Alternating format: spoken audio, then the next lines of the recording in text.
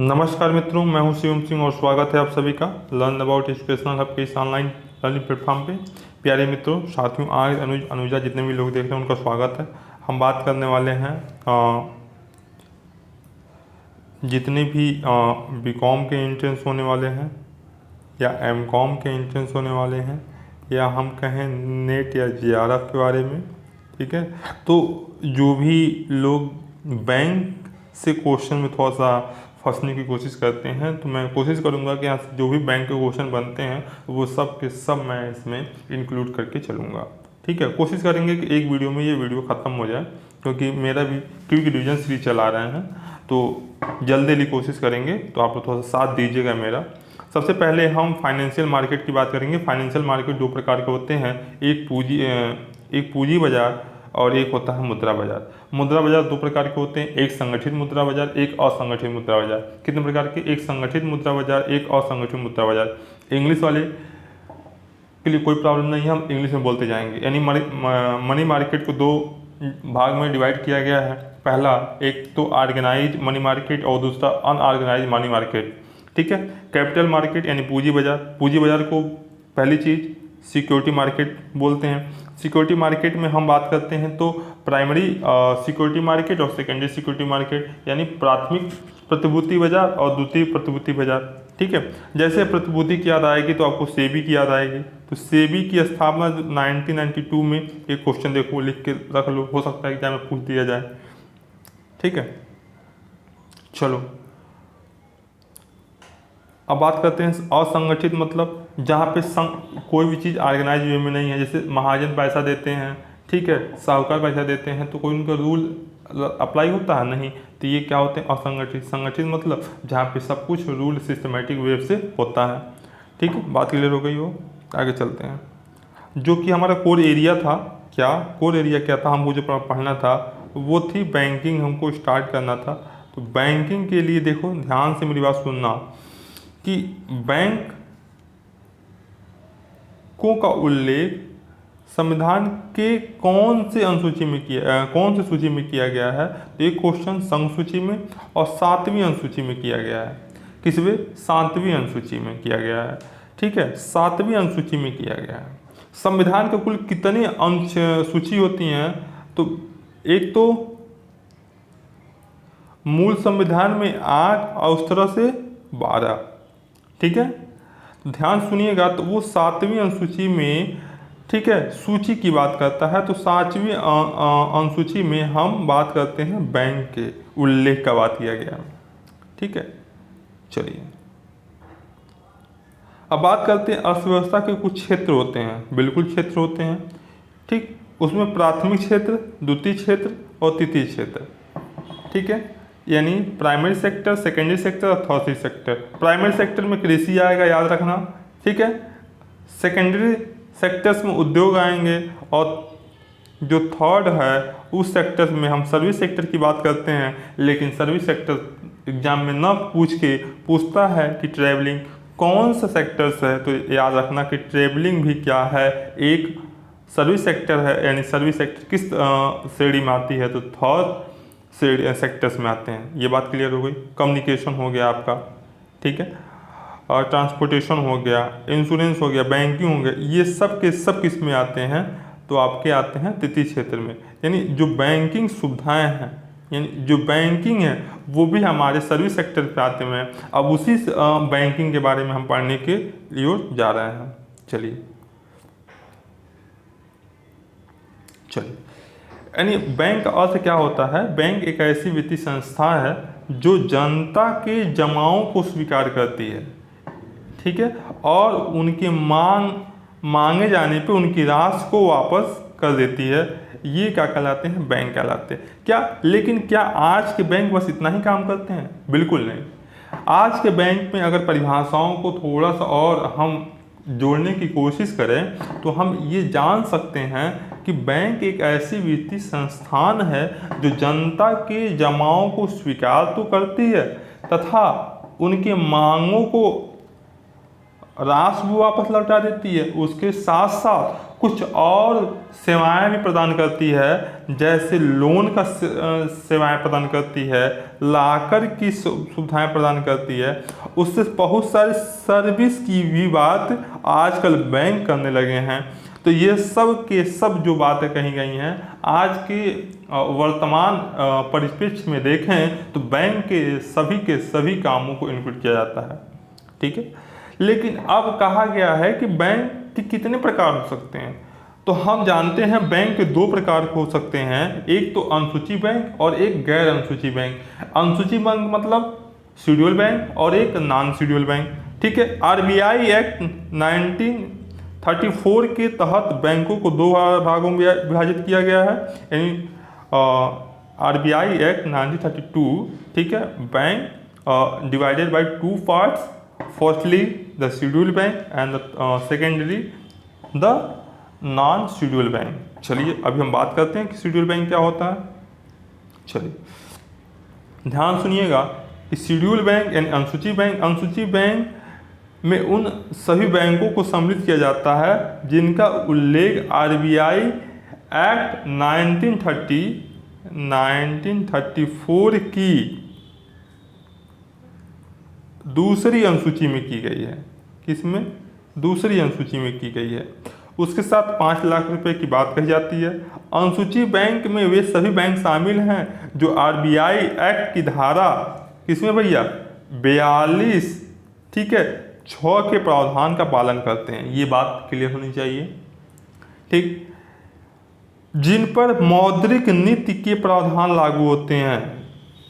क्या होते हैं? मौद्रिक नीति यानी मॉनेटरी पॉलिसी के जो भी प्रोविजंस होते हैं वो इस पे लागू होंगे। बात क्लियर हो गई। चलिए, वर्तमान समय में अनुसूची बैंकों में कौन कौन से ऐसे बैंक हैं जो शामिल हैं।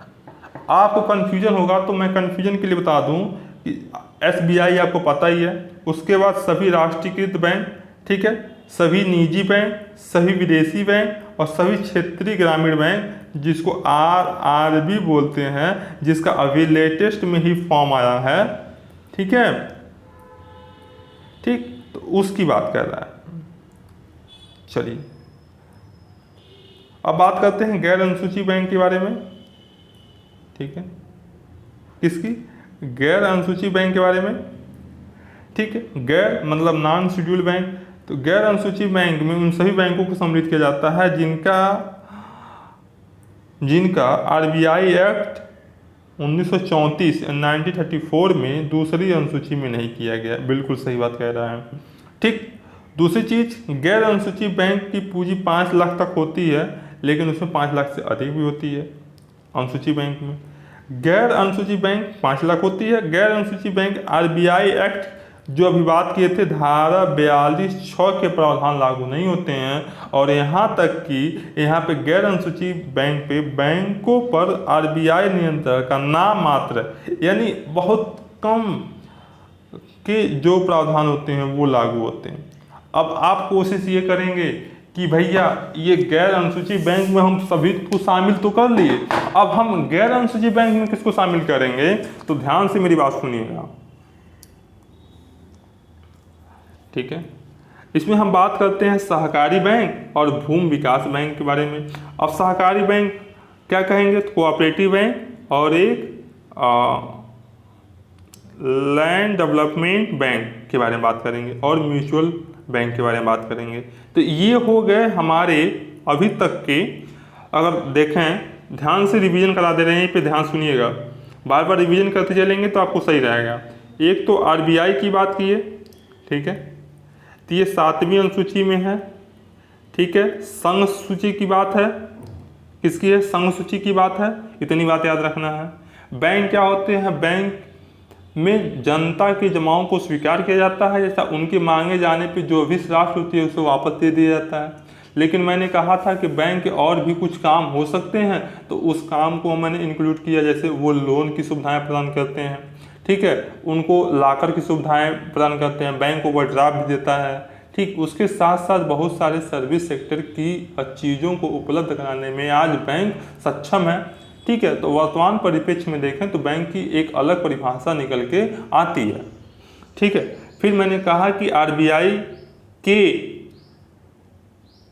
एक्ट 1934 के तहत बैंक को दो बराबर भागों में बांटा गया है, एक तो अनुसूची बैंक और एक गैर अनुसूची बैंक। अनुसूची बैंक में हम बात किए थे शेड्यूल बैंक में कि वे आरबीआई एक्ट, ठीक है, के अंतर्गत आते हैं। आरबीआई एक्ट की दूसरी अनुसूची में बात करते हैं जिसका प्रावधान किया गया है, जिसमें 5 लाख से अधिक पूंजी की बात कही जाती है। दूसरी चीज, आरबीआई एक्ट के प्रावधान लागू होते हैं और मॉनेटरी पॉलिसी भी लागू होता है, वो सब के सब क्या कहलाते हैं, अनुसूची बैंक कहलाते हैं। उसमें बात किए थे एसबीआई की बात किए थे, राष्ट्रीयकृत बैंक की बात किए थे, निजी बैंक की बात किए थे, विदेशी बैंक के बारे में बात किए थे, ये सब के सब बात किए थे। और वहीं अगर बात किए आरबीआई, ठीक है, गैर अनुसूची बैंक में, तो आरबीआई एक्ट में इसका प्रावधान नहीं किया गया है, दूसरी अनुसूची में उसकी बात नहीं कही गई है। दूसरी चीज, उसके साथ साथ बात ये कही गई है कि ये 5 लाख तक पूंजी रखने की आवश्यकता है, ठीक है। उसके साथ साथ इसमें कोई भी मॉनेटरी पॉलिसी के नाम मात्र सिस्टम यानी नियंत्रण यानी कंट्रोल लागू होते हैं, ठीक। उसके कुछ एग्जाम्पल हैं जैसे सहकारी बैंक और भूमि विकास बैंक। यहाँ तक बात क्लियर हो गई हो तो एक बार कमेंट बॉक्स में जरूर हमें बताएं। चलिए अब आगे बढ़ते हैं। अब बात करते हैं बैंक के क्या क्या कार्य होते हैं। बैंक के कुछ कार्य हैं जो हम बता देते हैं। बैंक जनता के जमाओं को स्वीकार करती है और जनता के मांगे जाने पे उनके राशि को वापस लौटा देती है, ठीक है। बैंक ओवरड्राफ्ट लोन सुविधा प्रदान करती है, लॉकर की सुविधा, ठीक है। अभी मैंने जितनी बात कहा सब के सब बैंक के कार्य हैं कि नहीं है, बिल्कुल। चलिए और क्या करती है, साख सृजन का कार्य करती है, ठीक, क्रेडिट क्रिएशन की बात करती है, ठीक है, विनिमय बिलों की, ठीक है,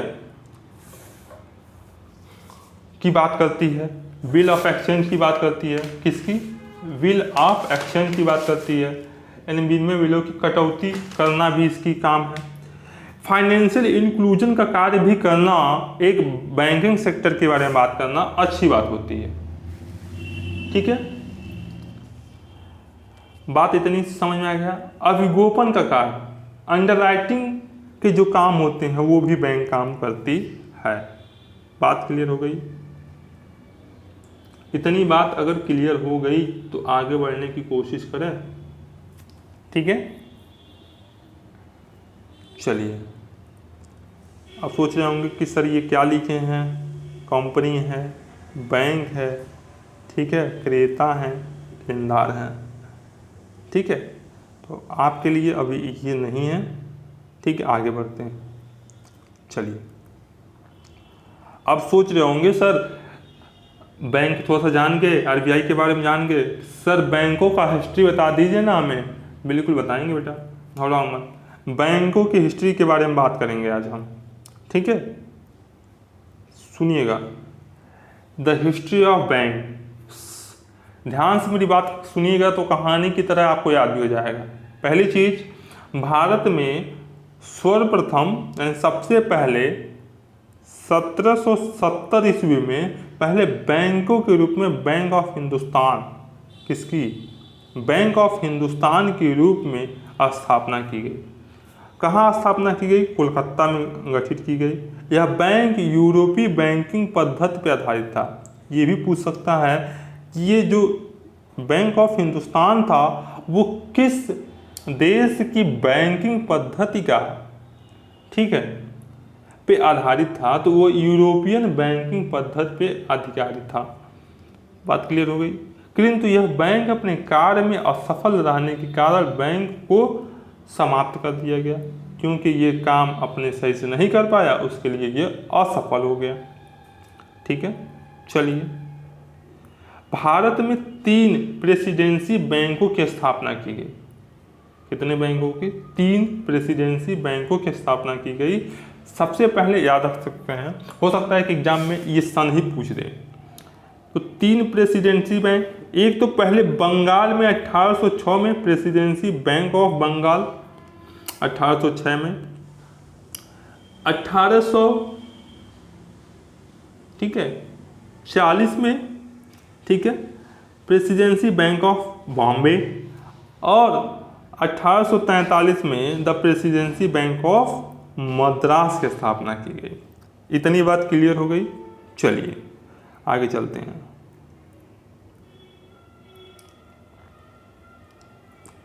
अब यही बात करेंगे कि 1861 में 3 प्रेसिडेंसी बैंकों को केंद्रीय बैंक के रूप में नोट जारी करने का एक अधिकार दे दिया गया। आप हमें कमेंट बॉक्स में जरूर बताएंगे कि एक अधिकार किसे कहते हैं, ठीक है, यानी मोनोपोली किसे कहते हैं, तथा उस समय भारत में पहली बार मुद्रा जारी की गई। हो सकता है पूछ रहे कि पहली बार मुद्रा जारी कब की गई, तो 1861 में, और कौन किया, 3 प्रेसिडेंसी बैंकों के द्वारा किया गया। ये बहुत ही इंपॉर्टेंट क्वेश्चन है, याद रखिएगा। हो सकता है कि एग्जाम में डायरेक्टली यही बात कह दे, ठीक है। अब आगे बात करेंगे कि 1865 में इलाहाबाद में, ठीक है, इलाहाबाद बैंक की स्थापना की गई। तो हो सकता है पूछे इलाहाबाद बैंक की स्थापना कब की गई, तो हमेशा याद रखिएगा कि 1865 ईस्वी में इलाहाबाद बैंक की स्थापना की गई।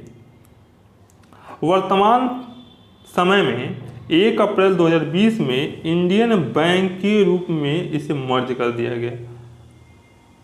ये जो इलाहाबाद बैंक है, इसको कब मर्ज कर दिया गया, तो हमेशा याद रखिएगा कि 1 अप्रैल 2020 को इंडियन बैंक में इसको क्या कर दिया गया, मर्ज कर दिया गया। अभी कुछ बैंकों को मर्ज कर दिया गया ना, तो इलाहाबाद बैंक को भी किस में मर्ज कर दिया गया है, इंडियन बैंक में मर्ज कर दिया गया। एग्जाम में डायरेक्टली पूछ सकता है कि इलाहाबाद जो बैंक था उसको किस बैंक में मर्ज कर दिया गया है, यानी किस बैंक में उसको इंक्लूड कर दिया गया है। तो याद रखिएगा कि इंडियन बैंक, ठीक है। अब बात करते हैं आगे। 1881 में अवध कमर्शियल बैंक की स्थापना की गई। याद रखिएगा कि 1881 में अवध कमर्शियल बैंक की स्थापना की गई। यह भारतीयों द्वारा संचालित थी। बहुत ही इंपॉर्टेंट, बहुत ही ज़्यादा इंपॉर्टेंट, ध्यान सुनिएगा मेरी बात को। कि पूछ सकता है कि भारतीयों द्वारा संचालित भारत का पहला बैंक कौन सा है, तो अवध कमर्शियल बैंक, जिसकी स्थापना 1881 ईस्वी में हुई थी। बात क्लियर हो गई। चलिए अब आगे चलते हैं। 1894 ईस्वी में पीएनबी बैंक की स्थापना की गई, यानी पंजाब नेशनल बैंक की स्थापना की गई, जो प्रथम भारतीयों द्वारा संचालित था, ठीक है। वर्तमान समय में 1 अप्रैल 2020 को ओरिएंटल बैंक ऑफ कॉमर्स तथा यूनाइटेड बैंक ऑफ इंडिया को पीएनबी में मर्ज कर दिया गया। पीएनबी में किन किन बैंकों को, तो ओरिएंटल बैंक ऑफ कॉमर्स और यूनाइटेड, ठीक है, बैंक ऑफ इंडिया को पीएनबी में मर्ज कर दिया गया। इतनी बात क्लियर हो गई। करेंसी से रिलेटेड भी आपको इसमें इंक्लूड करते हुए चल रहे हैं कि अगर एग्जाम में ऐसा कोई क्वेश्चन बने तो आपको आसानी से इसको कर सकें। पीएनबी वर्तमान में दूसरे नंबर का सबसे बड़ा बैंक है। सबसे पहले तो कौन होगा भैया, जाहिर सी बात है एसबीआई होगा, और उसके बाद कौन है, पीएनबी बैंक है। याद रखिएगा, ठीक है। 1913 से 17 की अवधि में बैंकिंग संकट अवधि मात्रा में है, ठीक है, आई, क्योंकि प्रथम वर्ल्ड वार हुआ। प्रथम वर्ल्ड वार के कारण क्या हुआ कि बैंकिंग संकट आया, भारत में कोई भी बैंक की स्थापना नहीं किया गया। और 1913 से लेके 1917 के बीच में प्रथम वर्ल्ड वार हुआ, उसमें कोई भी भारत में बैंकों की स्थापना नहीं की गई। और तो और ध्यान सुनिएगा मेरी बात को। 1914 से लेकर 1915 में गठित चैम्बरलिन आयोग के द्वारा एक सिफारिश की गई, ठीक है, चैम्बरलिन आयोग के द्वारा एक सिफारिश की गई कि भारत में बैंकों का प्रबंध, क्या, कि भारत में बैंकों का प्रबंध और नियंत्रण करने हेतु एक अलग से केंद्रीय बैंक होनी चाहिए। यानी चैम्बरलिन आयोग ने कहा कि भारत में एक केंद्रीय बैंक की स्थापना की जानी चाहिए जिसे प्रबंधन यानी नियंत्रण यानी मैनेजमेंट और कंट्रोलिंग हो, ठीक है। तथा इसी आयोग की सिफारिश पे 1921 में तीनों प्रेसिडेंसी बैंकों को मिलाकर इंपीरियल बैंक की स्थापना की गई, ठीक है। और इसी बैंक को केंद्रीय बैंक के रूप में नोट जारी करने का अधिकार दे दिया गया। ध्यान से मेरी बात सुन लीजिएगा यहीं पे, ठीक है।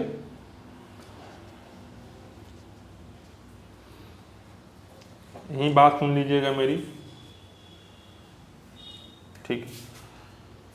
अभी प्रेसिडेंसी बैंकिंग की बात कर रहे थे तो 1806, 1840 और 1843 ये बंगाल था, ठीक है, ये मुंबई था और ये मद्रास था, ठीक है। 1861 में नोट जारी कर रहे थे और इन्हीं बैंकों को तीनों को मिला के 1921 में इंपीरियल बैंक बना दिया गया, ठीक है। इसी इंपीरियल बैंक को नोट जारी करने का एक अधिकार दे दिया गया, ठीक है। और यही इंपीरियल बैंक जो 1921 में है इसको 1955 में क्या कर दिया जाएगा, आगे चल के SBI बना दिया जाएगा। अभी ध्यान से मेरी बात सुनिएगा, ये केंद्रीय बैंक वो केंद्रीय बैंक नहीं है जो आज का केंद्रीय बैंक काम करता है, बिल्कुल नहीं है, ठीक है। तो ये भ्रम निकाल दीजिएगा, ठीक। तो याद रखिएगा कि 3 प्रेसिडेंसी बैंकों में से क्या बना हमारा, इंपीरियल बैंक, और इंपीरियल बैंक से क्या बना, SBI बना। कब, ये 1921 में था और ये 1806, 1840 और 1843, ठीक है, 1921 और 1955। बात क्लियर हो गई, आगे बढ़ें, चलिए। और किसके सिफारिश पे, चैम्बर वित्त आयोग के गठन पे 1915 में, और उसी सिफारिश को 1921 में इंपीरियल बैंक की स्थापना की गई और 1 जुलाई 1955 में से SBI के रूप में स्थापना कर दी गई। इतनी बात अगर क्लियर हो गई, अब आगे बढ़ें। आप लोगों को, हमें उम्मीद है कि हमारी जो पढ़ाने का तरीका है उसमें हिस्ट्री आपको समझ में आ रही होगी अच्छे से। जो भी आप लोगों का कन्फ्यूजन रहा होगा हिस्ट्री से रिलेटेड वो अब दूर होता चला जाएगा। चलिए अब आगे बात करते हैं। 1926 से लेकर 1927 में हिल्टन यंग आयोग गठित किया गया, जिस देश के में स्थापित सभी बैंकों के प्रबंधन और नियंत्रण करने के लिए एक केंद्रीय बैंक की स्थापना की मांग की गई। केंद्रीय बैंक की स्थापना की मांग कब की गई, 1926 से लेकर 1927 में, और हिल्टन यंग आयोग के द्वारा, ठीक है। और इसी आयोग की सिफारिश पे 1934 ईस्वी में RBI एक्ट 1934 पारित कर दिया गया और 1 अप्रैल 1935 में RBI की स्थापना की गई। पूछ सकता है कि RBI एक्ट तो 1934, 1 अप्रैल 1935 में RBI की स्थापना की गई, लेकिन अगर पारित पूछ दिया जाए तो हमेशा 1934 लगाइएगा, स्थापना पूछे तो 1935 लगाइएगा। ध्यान से सुन लीजिएगा, बहुत कन्फ्यूजन होता है कि पारित और स्थापना में। जब पारित पूछे तो 34, स्थापना पूछे तो 35, ये हमेशा याद रखिएगा। चला,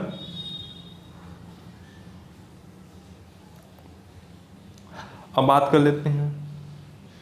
1 जनवरी 1949 को RBI का राष्ट्रीयकरण कर दिया गया और इस समय RBI के गवर्नर कौन थे, CD देशमुख थे। यानी RBI को क्या कर दिया गया, 1949 में इसका राष्ट्रीयकरण कर दिया गया। तो पूछ सकता है कि RBI का राष्ट्रीयकरण कब किया गया, तो बताना है आपको 1949 में। पूछ सकता है कि RBI के उस समय गवर्नर कौन थे, तो हमेशा याद रखिएगा CD देशमुख थे। कौन थे, CD देशमुख थे। अब आगे, जुलाई 1949 में बैंकों का प्रबंधन और नियंत्रण करने हेतु बैंकिंग रेगुलेटिंग एक्ट पारित किया गया।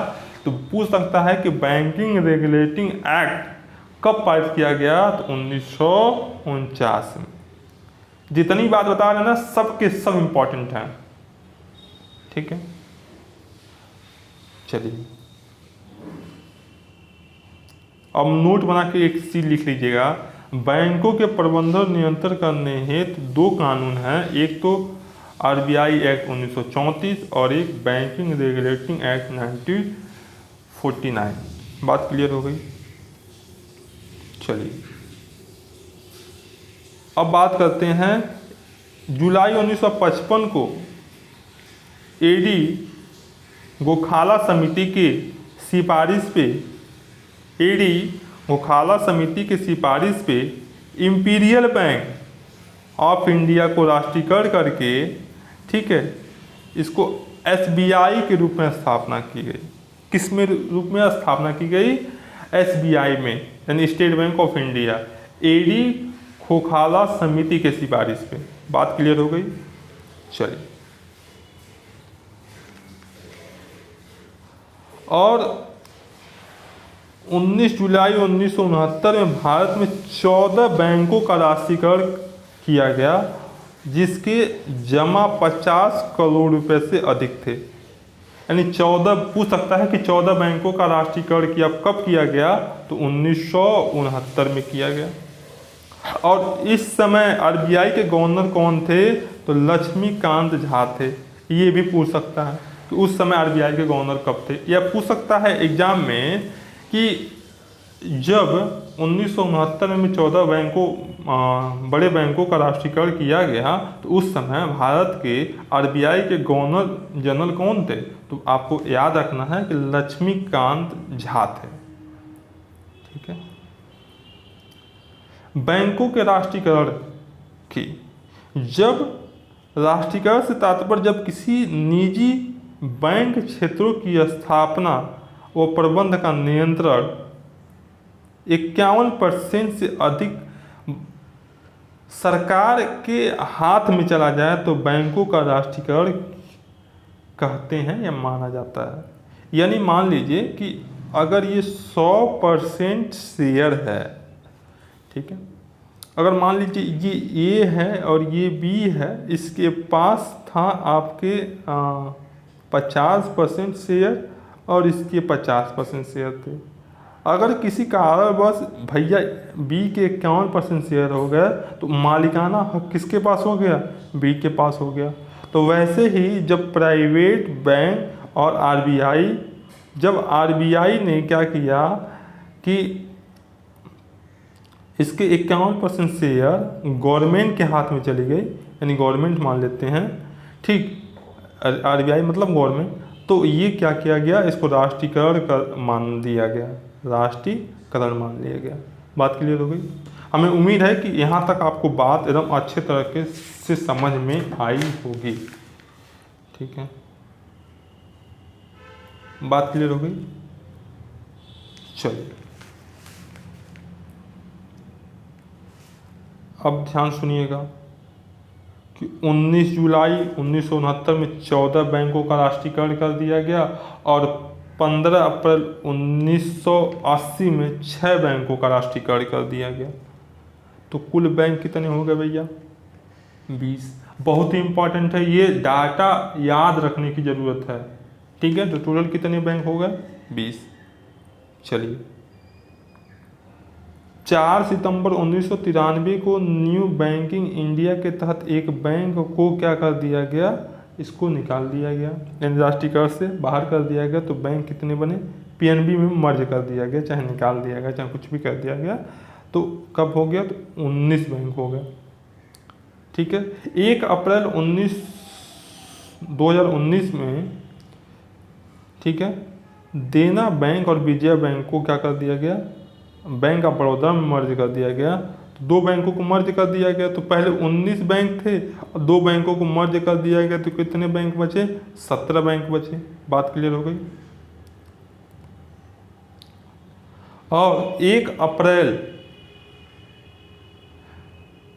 2020 को 6 बैंकों को भी मर्ज कर दिया गया और वर्तमान में जो राष्ट्रीयकृत बैंक है वो कितने बैंक है? 11 बैंक हैं। बात क्लियर हो गई? चलिए, पीएनबी बैंक में किसको? ओरिएंटल बैंक ऑफ कॉमर्स और यूनाइटेड बैंक ऑफ इंडिया को मर्ज कर दिया गया। ध्यान से सुनिएगा, ये मर्ज वाला क्वेश्चन बहुत ही पूछता है। केनरा बैंक को सिंडिकेट बैंक में, ठीक है। यूनियन बैंक में कौन कौन से मर्ज कर दिए गए? आंध्रा बैंक और कोऑपरेटिव बैंक, ठीक है। इंडियन बैंक में इलाहाबाद बैंक को का क्या दिया गया? मतलब मर्ज कर दिया गया, विलय कर दिया गया, ठीक है। ये ज़्यादा इम्पोर्टेंट था। तो जो डेटा अभी बताए हैं उसको पॉज करके, रुक के, थोड़ा सा समझ के, कॉपी पे नोट करके उसको याद कर लीजिएगा, क्योंकि हो सकता है कि 1-2 क्वेश्चन तो यहीं से मिल जाए देखने को, ठीक है। अब आगे चलते हैं। ये बहुत इंपॉर्टेंट जो क्वेश्चन बताने जा रहे हैं ये बहुत ज़्यादा इंपॉर्टेंट है, ध्यान सुनिएगा। स्थापना, बैंकों की स्थापना, पीएनबी बैंक को अभी बात किए थे ना कि उसकी स्थापना कब हुई थी? तो 1894 में, ठीक है, ठीक है। फिर केनरा बैंक जिसको जिसको बोलना है 1906 में, यूनियन बैंक 1919 में, इंडियन बैंक 1907 में, ठीक है, ये याद रखना है, ठीक है। सेंट्रल बैंक ऑफ इंडिया 1911 में, आईडीबी बैंक, ठीक है, 1937 में, यूको बैंक 1943 में, ठीक है, बैंक ऑफ महाराष्ट्र 1935 में, पंजाब सिंध बैंक 1906 में, ठीक है। ये याद रखिएगा, कम से कम इतना तो बैंक आपको याद रखना है कि स्थापना कब हुई थी, ठीक है। अभी आगे भी बात करेंगे। 1 अप्रैल 1980 में भारत में 6 बैंकों का क्या कर दिया गया? राष्ट्रीयकरण कर दिया गया, जिसकी पूंजी 200 करोड़ रुपए से अधिक थी। और उस समय आरबीआई के गवर्नर कौन थे? आई.जी. पटेल जी थे, आई.जी. पटेल जी थे। अभी पहली बात की रेगुलेटिंग एक्ट की बात की 1949 में, तो उस समय सी.डी. देशमुख थे। 1969 में कौन थे?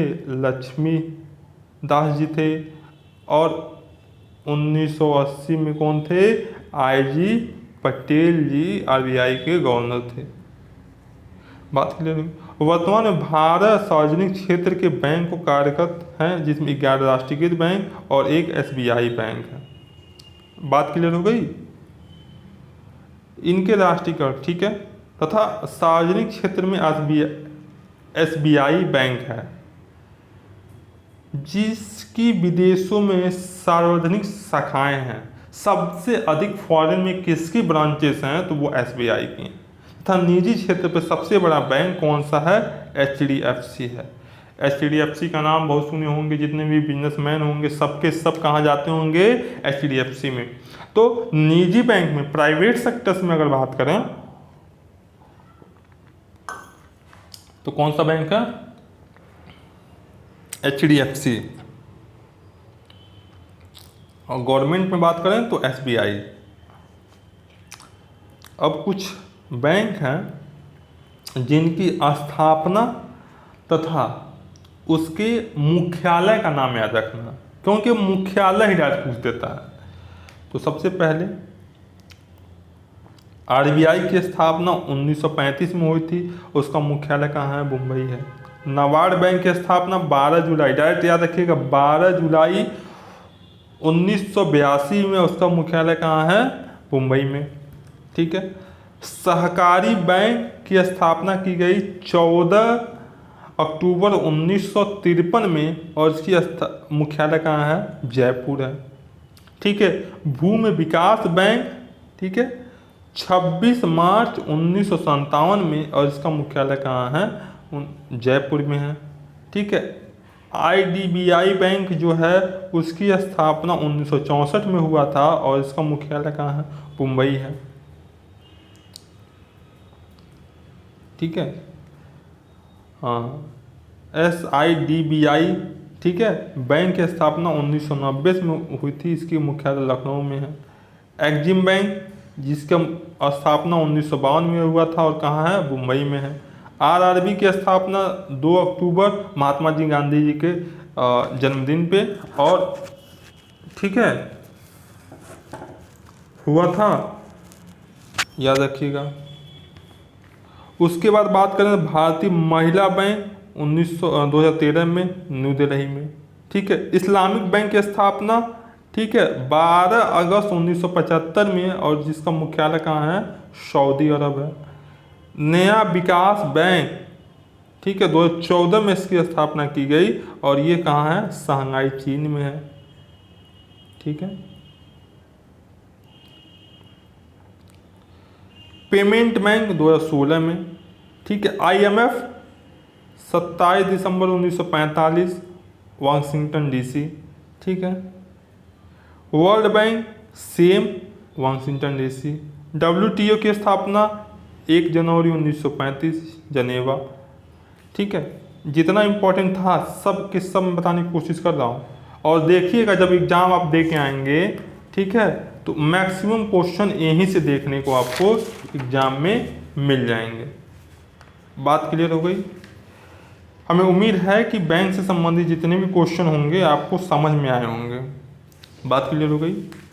अब चलिए थोड़ी सी बात कर लेते हैं कि RBI के बारे में थोड़ी सी बात कर लेते हैं, क्योंकि RBI हमारा देश का केंद्रीय बैंक है, ठीक है। तो RBI के बारे में बात कर लेते हैं, तो ध्यान सुनिएगा RBI के बारे में।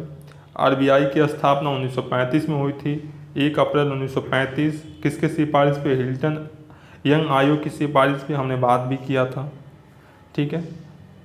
इसके 2 अधिनियम हैं, एक तो RBI एक्ट 1934, ठीक है। मुख्यालय कहाँ है, कोलकाता में था, ठीक है। 1937 में इसका मुख्यालय कहाँ कर दिया गया, मुंबई में कर दिया गया। पूछ सकता है कि 1934 में जब RBI एक्ट था तो उस समय में RBI का मुख्यालय कहाँ था, तो कोलकाता में था। कहाँ था, कोलकाता में था, लेकिन वर्तमान समय में कहाँ है, मुंबई में हो गया क्षेत्र। इसके क्षेत्रीय कार्यालय 4 शहरों में हैं, एक तो दिल्ली, मुंबई, चेन्नई और कोलकाता में, ठीक है। ये चारों के चारों क्या कहलाते हैं, मेट्रो सिटी कहलाते हैं, ठीक है। तो ये मेट्रो सिटी में ही है, ठीक है। ध्यान सुनिएगा मेरी बात को। 3 उप क्षेत्रीय कार्यालय हैं जो 19 शहरों में हैं। लेखा वर्ष इसका होता है जुलाई से, यानी 1 जुलाई से लेके 30 जून तक। अच्छा, एक बात हमें बताइएगा, लिख भी तो दिए हैं, फाइनेंशियल ईयर 1 अप्रैल से लेके 31 मार्च बनाया जाता है, लेकिन लेखा वर्ष जो है कि 1 जुलाई से लेके 30 जून तक मनाया जाता है। राष्ट्रीयकरण कब कर दिया गया RBI का, 1949 में। केंद्रीय बैंक का दर्जा, स्थापना के समय 3 केंद्रीय बैंक के था। एक तो जब इसकी स्थापना की गई, तो ध्यान सुनिएगा, पाकिस्तान, म्यांमार और भारत था। पाकिस्तान, म्यांमार और भारत था। आप सुनिएगा आगे। RBI का प्रबंधन और नियंत्रण, RBI का प्रबंधन और नियंत्रण संचालन मंडल द्वारा किया जाता है। उसमें कुल 21 सदस्य होते हैं और इस संचालन मंडल के द्वारा वर्ष में कम से कम 4 बैंकों का अनुमोदन करना अनिवार्य है।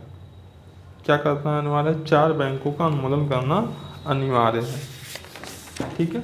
इतनी बात अगर क्लियर हो गई तो आगे बढ़ें।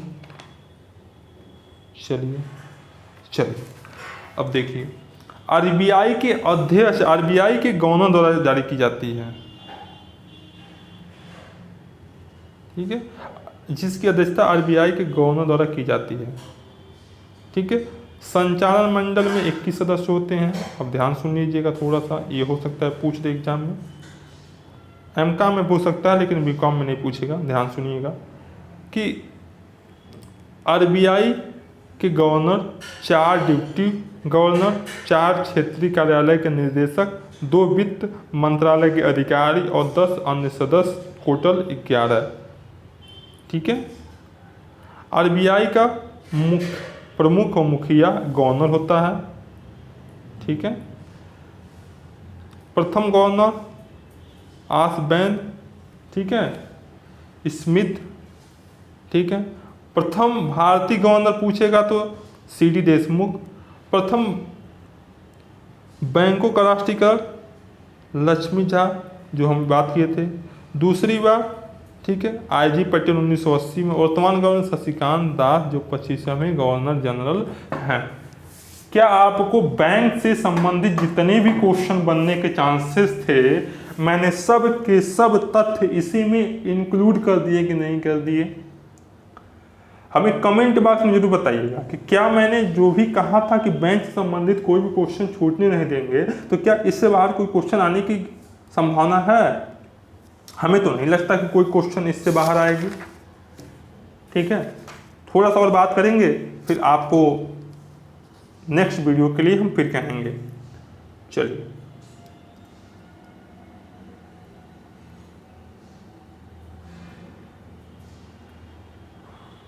ध्यान सुनिएगा। RBI के गवर्नर संबंधित विशेष कुछ तथ्य हैं कि गवर्नर की नियुक्ति भारत सरकार के द्वारा की जाती है। यानी गवर्नर की नियुक्ति कौन करता है? भारत सरकार करती है। गवर्नर का कोई भी विशिष्ट कार्यकाल योग्यता, ठीक है, अयोग्यता नहीं होती है अब तक। ठीक है, मतलब केंद्रीय बैंक में, RBI में किसी भी केंद्रीय महिला गवर्नर की नियुक्ति नहीं की गई है। डॉक्टर मनमोहन सिंह, ठीक है, एकमात्र गवर्नर है जो बाद में PM बने। ये भी पूछ सकता है कि ऐसे गवर्नर जनरल की बात बताइए RBI के जो बाद में PM बने हो। तो डॉक्टर मनमोहन सिंह जी ये एक ऐसे हैं। ठीक है, ड्यूटी गवर्नर, ठीक है, M राजेश्वर, ठीक है, ठीक है, Michael Patra, MK Jain, VP Kango, ठीक है, ये थे। बैंक के कार्य बताया था, बैंक RBI के कार्य, हम बैंक के कार्य बता चुके थे। RBI के कार्य सुन लीजिएगा थोड़ा सा।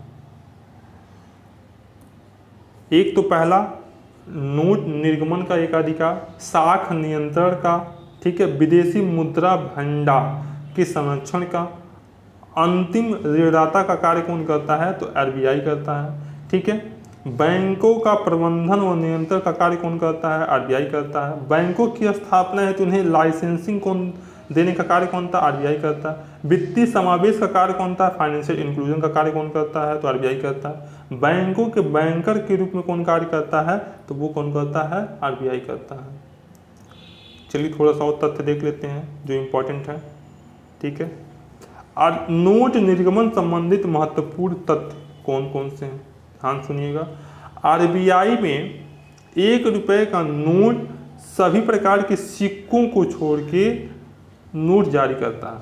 यानी ₹1 का नोट और तथा सिक्के, सभी सिक्के छोड़ के जितने भी नोट अगर इशू होंगे तो वो कौन करेगा? RBI करेगा। तब ₹1 का नोट और सिक्के कौन जारी करता है? तो ₹1 का नोट वित्त मंत्रालय के द्वारा जारी किया जाता है और जिसे वित्त सचिव के हस्ताक्षर होते हैं।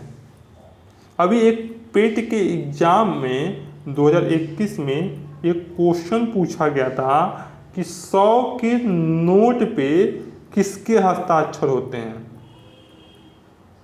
ठीक है, तो जाहिर सी बात था भारत के गवर्नर जनरल के, RBI के गवर्नर जनरल। ठीक है, चलिए, क्वाइन एक्ट यानी सिक्कों का जो एक्ट अधिनियम है वो 1906 है। ध्यान से सुनिएगा। ठीक है, के अनुसार सभी प्रकार के सिक्के भारत सरकार द्वारा नियंत्रित किए जाते हैं। ठीक है, जिनके लिए वर्तमान में 3 टकसालें संचालित हैं, एक कोलकाता में, एक हैदराबाद में, एक UP के नोएडा में। ठीक है, नोएडा में। यानी सिक्के वर्तमान में कहाँ कहाँ? कोलकाता, हैदराबाद और UP के नोएडा में। चलिए, नोट छापने का अधिकार भारत सरकार को प्राप्त है। ठीक है, जिसके वर्तमान समय में 4 प्रकार के प्रेस भारत में के अधीन कार्य करते हैं। एक तो नासिक कहाँ है? महाराष्ट्र में। देवास कहाँ है? मध्य प्रदेश में। मैसूर कहाँ है? कर्नाटक में। साहिबानी कहाँ है? पश्चिम बंगाल में। यानी नोटों का अगर बात करें तो कहाँ कहाँ होता है? ध्यान से सुनिएगा मेरी बात को। एक तो नासिक हो गया महाराष्ट्र, देवास कहाँ है? मध्य प्रदेश, मैसूर कहाँ है? कर्नाटक, साहिबानी कहाँ है? पश्चिम बंगाल में। ये बात अगर याद हो तो सही बात है आप लोगों को। नोटों के निर्गमन करते समय आरबीआई के गवर्नर के हस्ताक्षर होते हैं। अभी जो पेट वाला एग्जाम पूछा था वो यही पूछा था। नोट के ऊपर कुल 17 भाषाओं में रुपए के शब्द लिखा जाता है। ठीक है। नोट तैयार करते समय एक विशेष प्रकार की स्याही का प्रयोग किया जाता है। ठीक है, जिसका निर्गमन देवास यंपिंग की प्रिंटिंग प्रेस से किया जाता है। ठीक है, ये इंपॉर्टेंट है। नोट तैयार करने हेतु जिस विशेष प्रकार के कागज का प्रयोग किया जाता है उसका निर्माण होशंगाबाद सिक्योरिटी मेयर मिल,